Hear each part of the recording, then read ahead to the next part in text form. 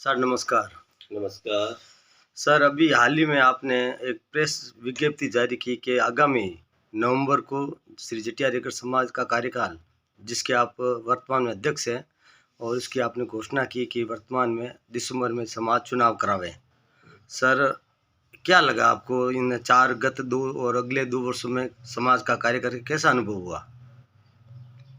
देखो, समाज की सेवा करने का मौका पुण्य से मिलता है और मुझे समाज ने 4 साल रेगुलर यानी कि जब से पत्रकार महोदय विधिक रूप से जो निर्वाचन हुआ, उसमें मुझे समाज के हर आम खास ने मुझे मौका दिया, सपोर्ट किया, लाड प्यार से मुझे जिताया और मेरे से जितना बन पड़ा मैंने सेवा की है और आज भी समाज के सामने हूँ। तो आपने जो हिसाब किताब अब नवंबर में आप देने जा रहे, तो ऑडिट के मार्फत ही देंगे? सदा सर्वदा बाड़मेर के अंदर ये रीति नीति है। बाड़मेर में जितना भी चाहे मेरा कार्यकाल हो, पूर्व का कार्यकाल हो, हम सभी ऑडिट के माध्यम से करवा कर ही हिसाब किताब देते हैं। सर जिस प्रकार से सातो बायोसा विकास सेवा समिति, ये भी एक रजिस्टर्ड समिति है, तो गत 7-8 वर्षों से उन्होंने ना तो सीए की रिपोर्ट करवाई है, ना ही समाज के सामने उन्होंने कोई आय व्यय का ब्यूरो दिया है। और वर्तमान में उनके कार्यकाल में कोई बहुत से लोगों में ऐसे विरोधाभास है कि ये समिति चुनाव करा कर ही आए। आप उन्हें क्या संदेश देना चाहेंगे? देखो, वीरावा धाम सेवा समिति जो है वो एक मंदिर को अंकित करने के लिए बनाई गई है। मंदिर का विकास हो, मंदिर का प्रचार हो और जिस लक्ष्य को लेकर के ये समिति आई है वो लक्ष्य पूर्णता की ओर है। अभी मंदिर भी आधा अधूरा है, मगर एक मुझे बात समझ में नहीं आती, हमेशा प्रचार ये किया जाता है 14 खेड़ा या 24 खेड़ा। उक्त समिति नहीं तो 14 खेड़ा या 24 खेड़ा का जो नेतृत्व करती है। ये एक मंदिर जो सातो बायोसा मंदिर है वीरावा में, उसका नेतृत्व करती है, उसका विकास को लेकर के सामने आई है। जैसा वर्तमान में 16 अगस्त, जी हाँ 16 अगस्त को वहाँ भव्य मेला लगा और उसका आमंत्रण पत्र संपूर्ण जगह, गांव, खेड़ों और भी अन्य जिलों में भी गया, और इसमें स्पष्ट लिखा हुआ था कि पहला था रक्तदान शिविर, दूसरा था जो प्रतिभावान समारोह को जो प्रतिभावान बच्चे हैं या जिन्होंने नई नौकरी अर्जित की उनको सम्मान दिया जाएगा, और तीसरा उसमें स्पष्ट रूप से लिखा हुआ था कि रात को भव्य जागरण। उसमें कहीं भी ये अंकित नहीं है कि वहाँ बोलियाँ लगाई जाएगी। और जहाँ तक मेरा मानना है कि बाड़मेर में भी 5 मंदिर बने हैं, मंदिर पूर्ण हुए, उनकी शिखर बने, उसके बाद में सर्व समाज के सामने ये बात गई कि अब मंदिर की बोलियाँ लगाई जाएगी। लेकिन मैं जब वहाँ गया तो मुझे तो मंदिर वहाँ आधा अधूरा लगा, और उनके आमंत्रण पत्र में भी ऐसा कहीं भी वो स्पष्ट लिखा हुआ नहीं है कि वहाँ बोलियाँ लगाई जाएगी। एक तरह से आनंद फानंद में उन्होंने रात को अपनी मन मर्जी से बोलियाँ लगाई। आपको कैसा लग रहा है? देखिए, किसी मंदिर की पूर्णता के ऊपर ही अगर दे हम सारे लाव लश्कर करें तो अच्छा लगता है। ब्यावरा गीत ब्याव में गाई जाए, तो ठीक उसी प्रकार अगर दे बोलिए लगाई भी गई है तो वो निरंतर चलनी चाहिए। जब तक मंदिर पूर्ण ना हो उस समय भी बोली ये जारी रखनी चाहिए। जैसे इस बार मेले में जो बोलिए हैं उसको यथावत रखते और आगामी जब मंदिर पूर्ण होता उस समय ये बोली जहाँ अब यहाँ यथावत रखते, वहाँ से निरंतर जारी रखते, तो इसमें पूर्णता थोड़ी नजर आती। और हमारी समाज में, हमारे खेड़े, गांव, खेत खलियान में जितने भी मंदिर बने हैं, यहाँ इस प्रकार का सामने नहीं आया है कि मंदिर भविष्य की गर्त में हो या पूर्व में बोलिए लगा दी गई हो। ऐसा हमारी समाज में सामने नहीं आया। और बाकी आयोजन समिति क्या समझती है वो उनका लुकआउट है।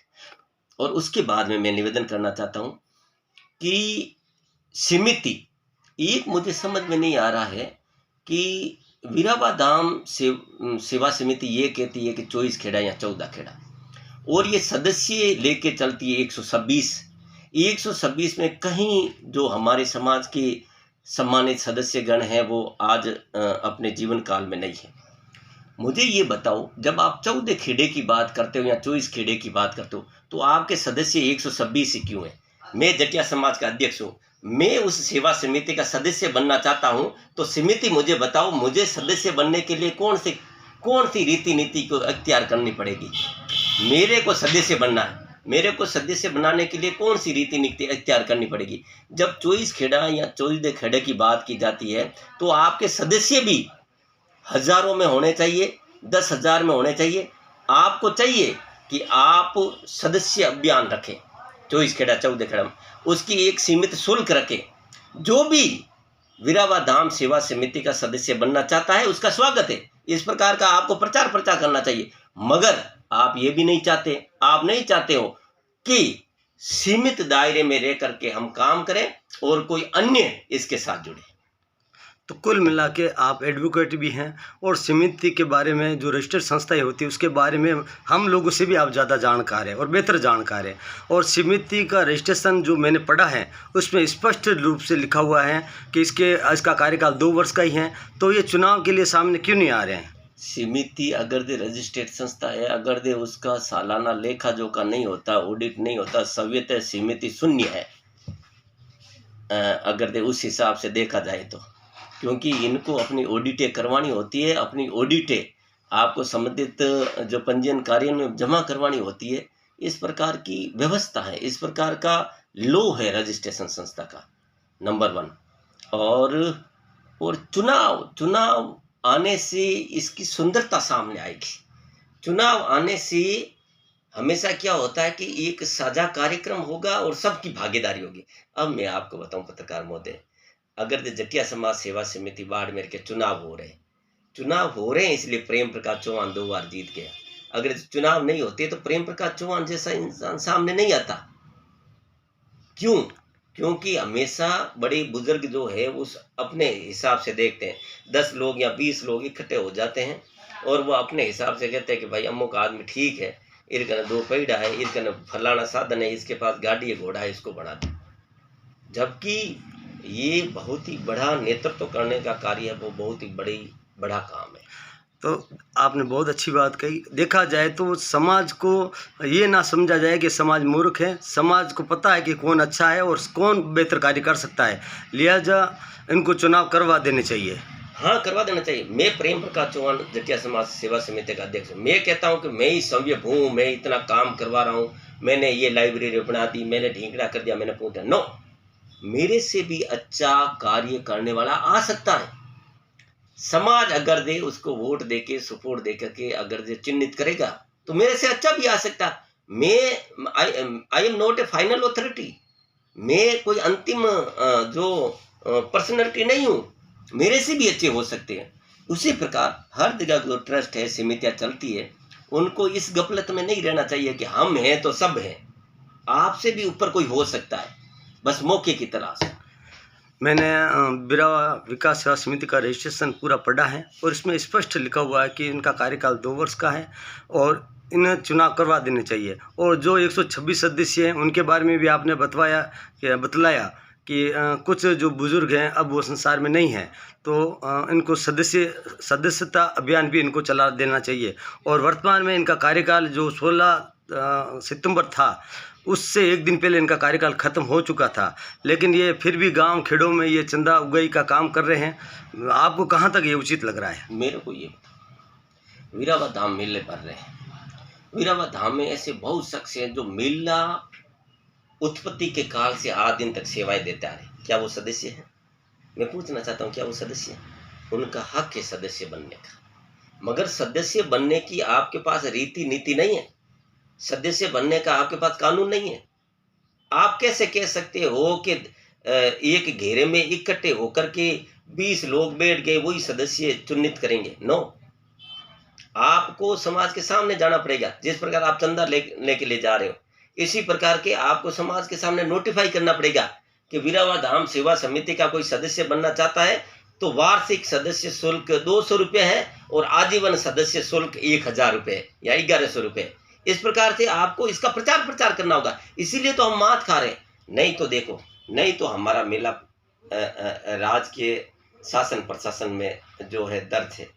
नहीं हमारा मेला जो राज्य सरकार के देवस्थान विभाग आदि में दर्ज है, नहीं हमारे मेले को शासन प्रशासन की ओर से इतना तवज्जो दिया जाता। इसका रीजन यही है कि हम छुपके और पर्दे के पीछे रह करके काम कर रहे हैं। हम ये चाह रहे हैं कि I am king can do no wrong, हम ही सर्वसत्ता है और हमारे से आगे कोई नहीं आना चाहिए, इसलिए हम पीछे रह जाते हैं। मेरा सवाल वापस पुनः वही है एडवोकेट साहब कि इन्होंने जो अभी 16 सितंबर जो मेला 2024 का इन्होंने आयोजन किया, उसका इन्होंने जो आमंत्रण पत्र, इसमें कहीं भी आलेख नहीं है कि वहाँ बोलियाँ लगाई जाएगी। तो इन्होंने वो बोलियाँ लगाई है, तो क्या ये संवैधानिक है असंवैधानिक है? देखिए बोलियों का इस प्रकार का कोई संविधान के अंदर तो इनके रजिस्ट्रेशन संस्था के अंदर तो ऐसी कोई बात है नहीं। नहीं, मैं आमंत्रण पत्र की बात कर रहा हूँ, उसमें भी ऐसा नहीं है। देखो जो भी काम किया गया वो मंदिर कार्य समिति जो है उनके ही दिमाग की उपज है, ये कोई आम मीटिंग की उपज तो है नहीं, ये तो उनके दिमाग की उपज है, ये उन्हीं से पूछिए आप। बात आपकी सही है, लेकिन मैं पुनः आपसे ये कहना चाहता हूँ, अगर उस आमंत्रण पत्र में ऐसा होता कि वहाँ बोलियाँ लगाई जाती, तो हो सकता है कि कोई अपने घर परिवार में सलाह करता कि भैया बोलियाँ लगाई जाएगी, तो उनके भी मन में होता कि हम लगाएंगे, लेकिन उनको ये आभास ही नहीं था कि वहाँ बोलियाँ लगाई जाएगी। तो ऐसा नहीं माना जाना चाहिए कि समाज को 1-1.5 करोड़ का घाटा हुआ है। नहीं, बोलिए लगाई जानी चाहिए, बोलिए लगा दी गई, मगर वो बोलिए को आप वहां से सीमित नहीं कर सकते, आप वहां उसको फाइनल नहीं कर सकते, आप निरंतर जारी रहेगी। बोलिए आपने शुरू की, जब तक मंदिर नहीं बनेगा बोलिए जारी रहेगी। मंदिर बनेगा उस समय जो कार्यक्रम होगा, विशाल कार्यक्रम में आज जो बोली यहाँ छूटी है वहीं से वो बोली वहां से वापस स्टार्ट होगी, ऐसा काम होगा। ये थे एडवोकेट प्रेम प्रकाश चौहान, जो वर्तमान में श्री जटिया हरिकर समाज सेवा समिति रजिस्ट्रेट के अध्यक्ष भी हैं, और इन्होंने बहुत ही संक्षेप में और अच्छी बातें हमें बताई है जो समाज को सुननी चाहिए, समझनी चाहिए, और भविष्य में समाज का किस प्रकार से उद्धार हो, समाज का उठाव हो और समाज में एकजुटता आए, इस बारे में इन्होंने बहुत ही बेहतर तरीके से हमें बताया है। बहुत बहुत धन्यवाद। और हमारा ये वीडियो बनाने का ये उद्देश्य नहीं कि हम किसी का अपमान करें, हमारा उद्देश्य केवल यही है कि हम समिति जो रजिस्टर्ड होती है उसके क्या मापदंड होते हैं उसी के बारे में एडवोकेट साहब ने हमें बताया है, जो सर्व समाज इस बात को समझे कि भविष्य में समाज किस प्रकार से प्रगति करे, शिक्षा के क्षेत्र में, चिकित्सा के क्षेत्र में, और समाज में बहुत सी प्रतिभा है उनका भी सम्मान हो, लाइब्रेरियाँ बने। और ऐसा नहीं कि हम मंदिर भी बने। मंदिर एक बहुत बड़ा मंच है जहाँ समाज बिरावा धाम, जहाँ संपूर्ण समाज अपनी एकजुटता प्रदर्शित करता है। इस बात के लिए भी उनकी बहुत बहुत प्रशंसा मैं करता हूँ। साथ ही उनसे निवेदन करता हूँ कि आप चुनाव के द्वारा श्री समाज के सामने आए, और उनका नैतिक दायित्व बनता है कि आप एक चुनाव कमेटी का गठन करें। और साथ ही एडवोकेट साहब ने यह भी कहा है कि आप सदस्य अभियान भी चलाएं जिससे समाज की एकजुटता प्रदर्शित हो। बहुत बहुत धन्यवाद। नमस्कार सर।